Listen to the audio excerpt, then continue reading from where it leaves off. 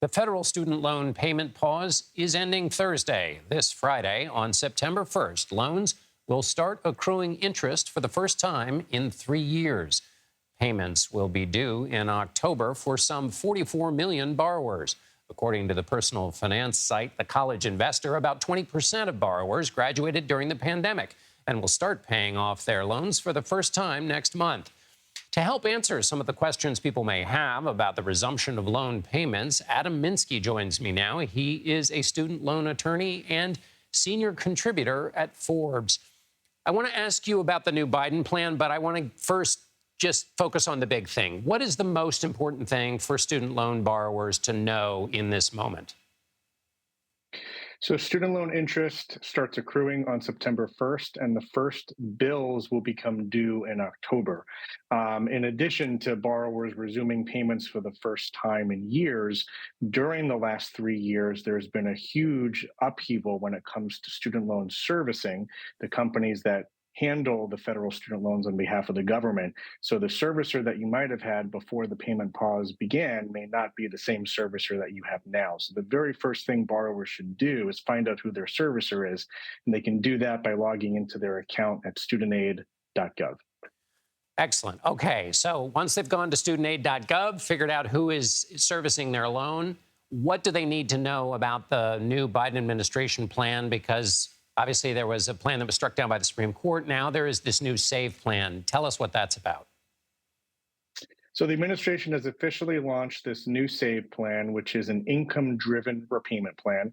It's designed to provide affordable payments for borrowers that are tied to their income and family size. The administration is billing the SAVE plan as the most affordable income-driven plan ever created, and in many respects, that is true. Up until now, there's been a collection of 4 or more income-driven plans. For borrowers who have been on a plan called the Revised Pay-as-you-earn plan, which up until now was one of the most affordable options, those folks will be automatically transitioned to the SAVE plan, and some already have seen that happen. Other borrowers who are either not in an income-driven plan or were in a different income-driven plan before COVID began may want to consider switching over to the SAVE plan if it provides them with lower monthly payments. And is everybody eligible for the SAVE plan? Not everybody, many borrowers are. So only direct federal student loans are eligible. That's a type of loan issued directly by the U.S. Department of Education. And only federal student loans are eligible. Parent Plus borrowers are not eligible. Parent Plus loans are a type of loan issued to a parent of the undergraduate student, and the parent is the borrower. And unfortunately, those folks are not eligible for the SAVE plan, but the vast majority of borrowers would be. And is there any other plan that borrowers should know about out there as these payments start again?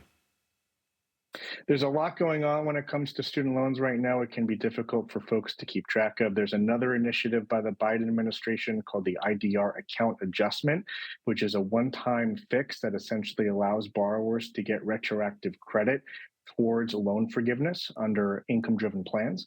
A lot of borrowers will receive those benefits automatically, but some people might need to consolidate their loans before the end of the year to either be eligible or to maximize the benefits under the program. So that's something that some folks might want to look at as well.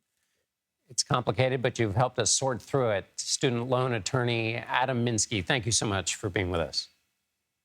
Thanks for having me.